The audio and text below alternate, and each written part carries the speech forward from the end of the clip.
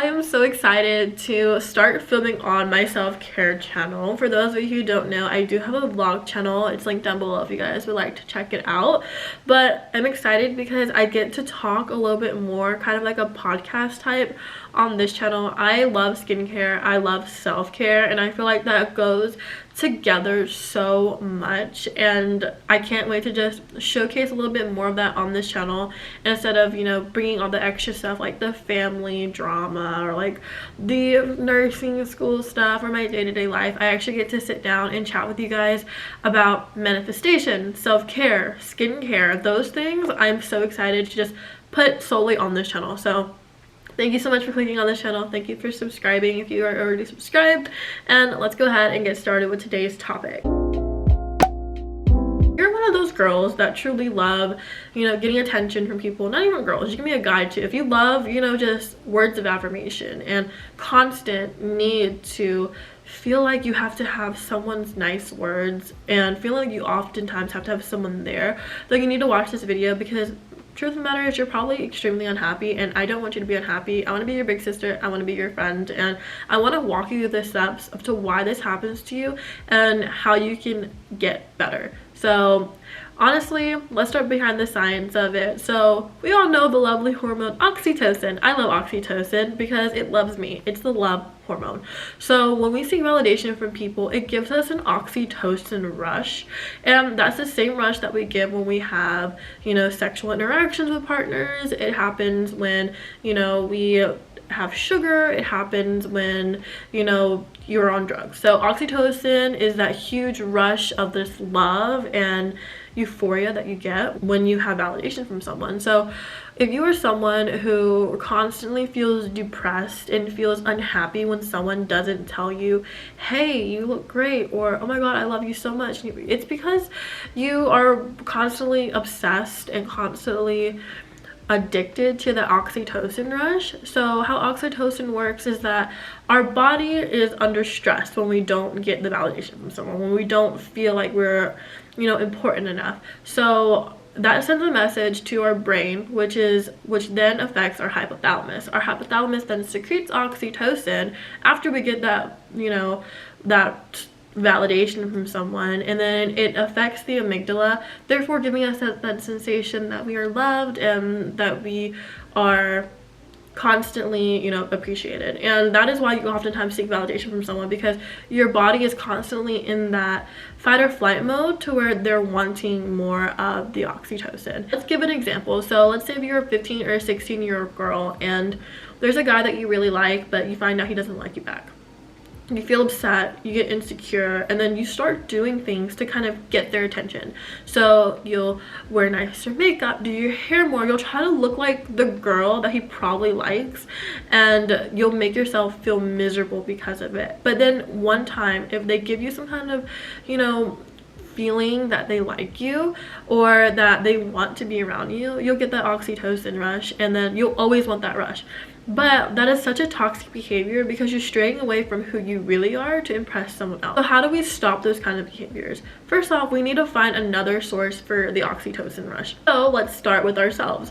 You can go to therapy. Your therapist can walk you through, like, okay, these behaviors are not good, you know, let's do something else to position yourself to where you are the main focus, and that you in your head is good enough for yourself and good enough for everyone else. Because if you're not good enough for yourself, it starts in the mind. If you're not good enough for yourself, then you're not good enough for other people. That's plain and simple. That's like the point. You'll forever think that you are not good enough for someone because you in your head think you're not good enough for yourself. Why would you want to be with someone?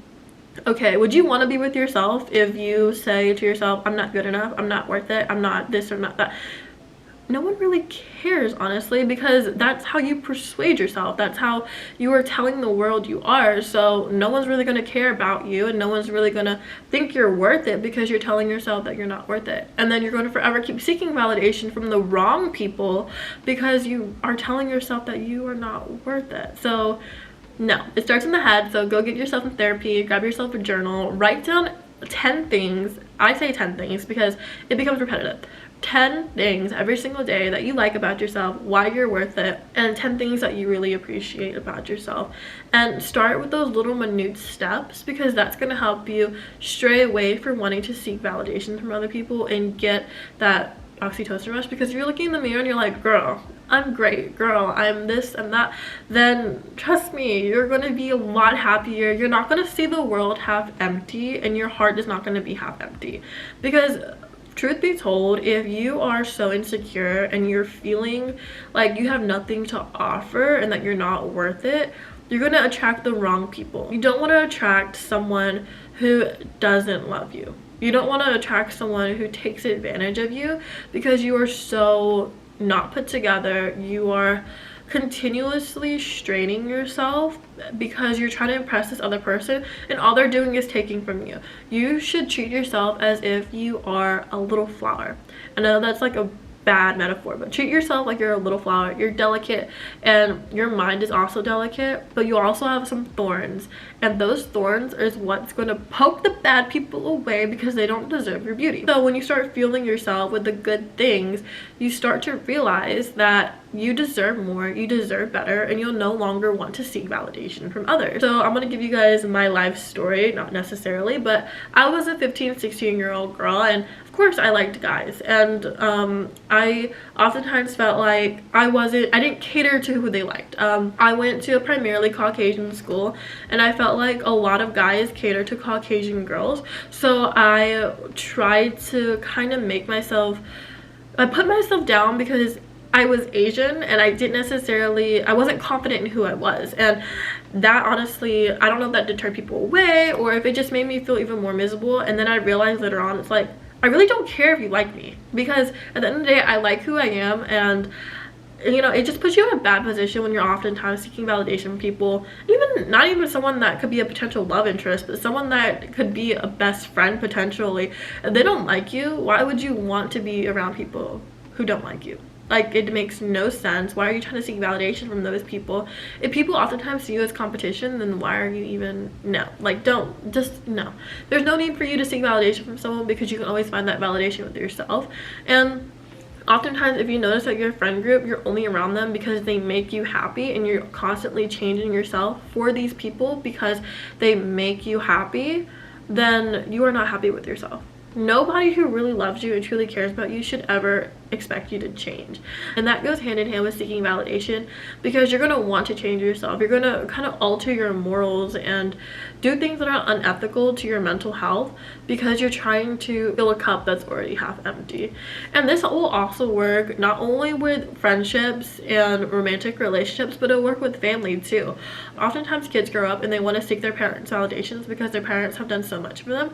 And I completely understand that you want to make your parents proud, but you also have to understand you cannot let your parents decide, you know, when you did something good and when you did something right, because then you're seeking validation from them, and you're constantly going to be thinking you're doing something wrong. You're constantly going to be thinking that you're not good enough because it's not your parents' expectations, and that is something so toxic. So I honestly recommend you go to therapy, write things down about yourself, leave little notes for yourself around the room, just so you can feel whole and happy for yourself.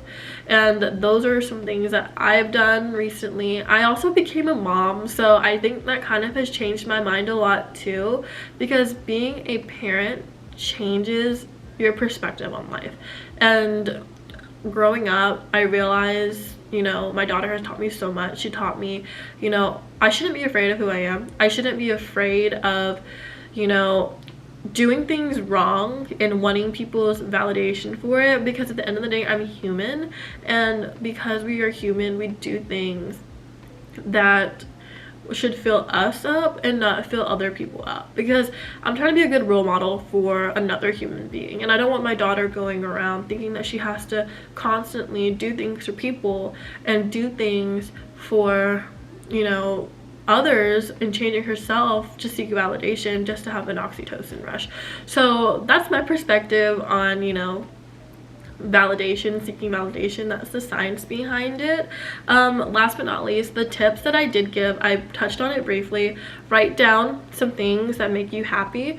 do those things that make you happy. So like if you like to go to yoga, go to yoga, and that's self-care for yourself. You're taking care of yourself, you'll feel stronger and you'll feel happier. Working out, yoga, all those things are going to make you so much happier just because you're doing it for yourself and you're not seeking validation from someone, and those things will kind of relax your mind.